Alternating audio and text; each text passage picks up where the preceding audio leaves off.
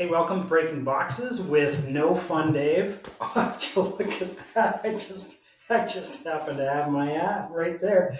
And today I want to talk about how to get what you actually want in life. And this is going to be a multi-series of episodes, podcast, might even turn it into a book at some point.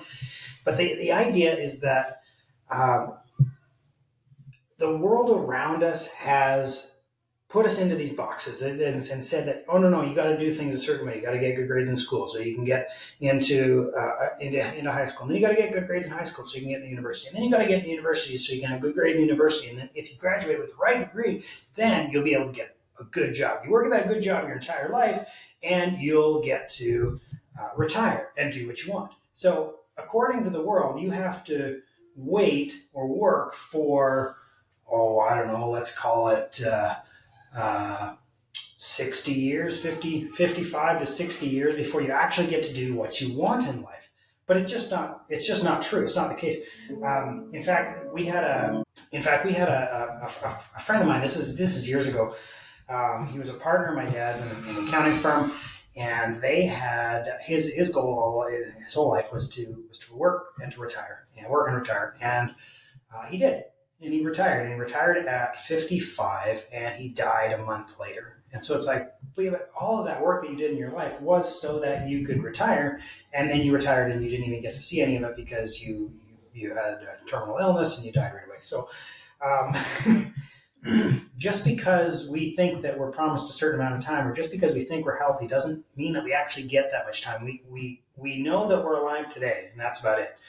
And I want to live my life so that I don't have any regrets. And that means that putting the most important things first. It means figuring out what it is that I actually want in life. So my idea here is how to get exactly what you want. You could call it cheat codes for life because, sometimes we get these paradigms. A paradigm is something that you inherently think is true, whether or not it is. Like a paradigm of the paradigm of the shape of a bicycle seat is kind of an arrowhead shape. Any other shape wouldn't be a bicycle seat because I have a paradigm that this bicycle seat is a certain way. So I would call this cheat codes for life, breaking some of those paradigms, because the paradigms that we have in our society and our life don't actually produce the things that we want. We say, we want this kind of life, but then we don't actually do the things that we want in order to get this type of life. Because life is too short for second best, and I want you to be able to, when you're in a nursing home much later in life, after you've got a whole bunch of gray hairs and things aren't working quite right in your body anymore, you're in a nursing home and you're able to say, I don't have any regrets. I want you to not have any regrets in life. And in order to do that, you've got to figure out what it is that you want now. So you say, okay, well, how do I get what I really want in life? Well, first, you got to figure out, what do you actually want in life? Now, if I go back a few years, a few vintages, my wife and I very successfully ran a wedding photography business for many, many years. We were listed as one of the world's best wedding photographers. We won a bunch of awards. We spoke at conferences. We taught other photographers how to do the thingy. And we photographed hundreds and hundreds and hundreds of weddings and had wonderful clients and a great time in life doing that. And as we were getting going in this, we had I'm going to say this is maybe 5 years in, and we had a great year. And I mean a great year. We over doubled what we had done the previous year. We had great clients. We sold a bunch of stuff. We made a bunch of money. And I was miserable. We had just birthed our first son, and he took up all of our time. Well, it took all of my wife's time, and I couldn't keep up, and our business wasn't efficient, and we hadn't thought about anything past get a whole bunch of weddings and make a bunch of money and have a what's a quote unquote successful business. Well, what's a successful business? Well, for us at the time, it was measured in how many weddings we had, how much we were charging on average for those weddings, and producing work that was seen by the rest of the industry as being awesome. So that year we did all those things. We beat all of our targets. We made more than we thought was possible. And at the end of the year, I was miserable to the point of like, well, if this is what success looks like, I don't want it. I don't want to miss the growing up of my child. The first 6 months of my first kid's life, I wasn't around. I couldn't be because the work that Sherry had been doing in the business, wasn't being done by her anymore because she wasn't there anymore. She was handling this human that we had brought into the world, and I wanted very much to be there with her and doing that with her, but I couldn't because I had to take over all the things that she was doing. So, that's the picture for where I am at this moment in life. And Sherry, my wife, and I were talking about it the other day, and our view of this particular moment, this transformational moment in our life, has a different scene and a different picture in each of our minds. Same characters, same conversation, but where we were and when we were is debated. So my version of the story is we were sitting with our friends, Chris and Len, who are also box breaking, crazy. To give you an idea, these kind of people. They had the most successful financially wedding photography studio in Canada. They were highly regarded as top of the top of the top. And we're in Vancouver, Canada, and they decided we don't want to be in Vancouver anymore. And they closed down their Vancouver business and moved to Mexico and started a brand new business in Mexico. Brand new name, new contacts, new everything, and went and sold everything and moved down to Mexico. And so it was just a couple of years after that we're having this conversation with them. And I was sharing with them, look, we had just won these awards. We were asked to speak here and here. We made all this money. We had all these weddings. But man, I don't want what all the other stuff that goes along with this. And one of them said to us, she said, well, we view success differently. We measure success based on how many days that we get to sit beside our pool here in Mexico, reading a book, while having our bills paid. Now, for me, that was like, whoa, hold on a second. So you're telling me that you don't view success as how many weddings you're shooting, how much you're charging for them, how much money you're making, and whether or not you're teaching and you're doing that in the industry. No, we want to sit by our pool, we want to enjoy life, we want to have our bills paid, and so our view of success is different, and therefore our actions are different. Well, this led to this for me was the turning point of I got to work, to I've got to think about life differently. And I've got to actually choose things differently. So over the next number of weeks, they recommended a book we read. We read the book. It was wonderful. It changed my thoughts, gave some meat to how you're supposed to go about doing this, how to think about life differently. And my wife and I decided what was important to us at the time. And keep in mind, this changes. Your life has seasons, and these seasons change, and so your wants change throughout. But you got to make sure that while you're going through them, that you're choosing what it is that you want. And I say choosing intentionally. You're choosing what you want so that your actions lead to the choices that you want. So you pick the end target, you choose what you want, what's the parameter, and then you work backwards from there. And because you're choosing what you want, it also makes it easy to say no to things that aren't going to produce what you actually want. Because so often we say yes to stuff that pulls us in the wrong direction and leads us down a path we didn't ever want in the first place, and to a destination that somebody else wanted for us. So the first thing to figure out is what you want in life. And for us at that moment, it was we wanted to be able to have our bills paid. We wanted to produce work that we were proud of. We wanted to grow up with our children, well, child at that point, but hopefully in the future children, turned out to be two of them, and have enough money to travel. Those are the four things. And it doesn't have to be 4, it can be 2, it can be 30. It doesn't matter. The point is that you're choosing for yourself what it is that you want. And this actually gives me an opportunity to give you permission to do that, because a lot of people in life think they need permission to do something different. Oh, well, I'm not going to do this because this person wouldn't agree. I'm not going to do this because I would be looked at as funny. I'm not going to do this because I'd just be crazy. That's crazy. That's stupid. Well, no, it's not. So I'm giving you permission to actually figure out what it is you want and take steps to go do what it is that you want. For us, it was a transformational change to our business. And what it meant was that in order for us to be able to have time to grow up with our kids, time to be able to go to travel, time to go see the world, we had to revolutionize how our business was run so that we had enough time to do the other things, because the business was taking up 95% of my waking hours. it couldn't do that and have me do these other things. And so for me, it was a small mental shift towards choose what it is that you actually want in life. Then we can start looking at the steps to get there.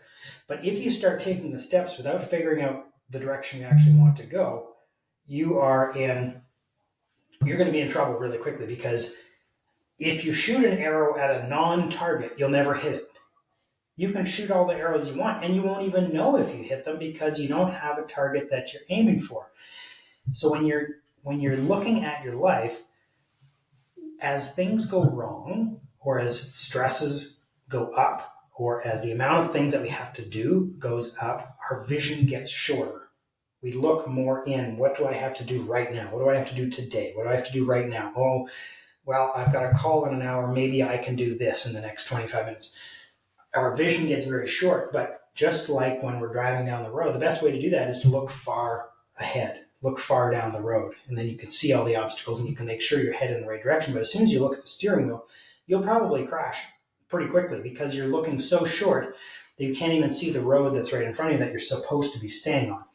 So when it comes to job, career, how much money you want to make, the kind of relationships that you want to have with your wife, with your kids, with your friends, with your family, the extracurricular stuff. I call it extracurricular stuff, but that's the stuff that I really want to do. I want to go take pictures in beautiful places, and I want to go fly a drone over some really cool spots and make some videos that look really nice. It's all extra stuff that I want to do. But then if that's what I want, I got to make sure that I not only choose what it is, but I also prioritize so that I know what's most important. Is it more important to take a nice picture, or is it more important to have a great relationship with my wife? Well, great relationship with my wife. So I actually have a list of priorities in all sorts of different areas of life. Everything from how I'm raising my kids, the kind of relationship I want with my wife, the kind of career that I'm building and that I want. The tasks have to fit within those wants, specifically on a long-term scale. Because if I'm doing something today and I do that same thing tomorrow and the next day and the day after, if that one thing that I'm doing, that structure that I'm doing today isn't working for tomorrow, or isn't something that I want to do for the next year or 2 or 5, then I need to change that now so that what I'm doing right now makes sense to the big picture that I want later. But in order to do that, I have to choose what it is that I actually want. And that's the hard part. Okay, so the first thing that we're going to do in this process of deciding what it is that you actually want in life is go through some steps and some processes to be able to choose priorities, what it is you actually want in life, and look through what is available and how crazy awesome your life actually can be. I'm saying this from a perspective where I'm speaking to people publicly, I'm writing books, I'm creating content online to help people change while traveling the world with my family of 4, seeing wonderful places and taking pictures of things that I love to take pictures of, and flying my drone around because it's fun and it looks incredible, and creating a business for both of my children to be able to produce products, digital products and books and travel companion guides and all sorts of stuff that helping them do. And it all flows together and it all works together because that's what I want. And it might sound absolutely crazy, like, well, I don't want that, Dave. Great. That's why it's what you want, not what I want. I'm telling you what I want, but what you want is what you want. And the difference between a want and a need is there's very, very few needs in life. The amount of needs you have is like, I need to eat, I need air, I need water, I need to sleep, I need a house, I need some clothes, I need a roof over my head, I need some clothes. Like that, you don't need a lot. And we're afraid to state our wants because we're afraid of the things that people will say about us. Oh, you're crazy. We value the opinions of others more than we value our own opinions.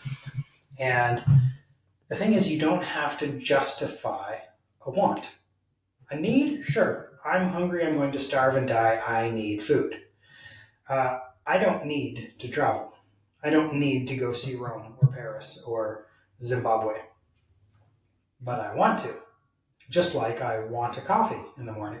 I don't need a coffee. You may say you need a coffee, but the reality is if you didn't have one, your day would go on just fine. You don't actually need one. You want one.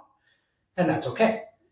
Just like it's okay to go see Zimbabwe or Kazakhstan or any other place around the world, or to want to become a bowling champion. It doesn't really matter what it is that you want. It's that you want it, and it's okay to want it.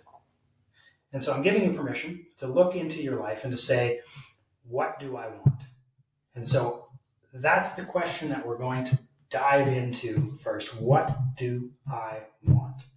And if you can't say out loud what it is that you want in particular areas of your life, in the subgroups that we've talked about, then you're not done yet. You need to keep looking. So we're going to look into the next videos, the next sections, the next episodes, into some of the ways that we can look into how we can choose what it is that we want, to look at other people's lives and say, oh, that's just out of reach. It's not out of reach. Guess what?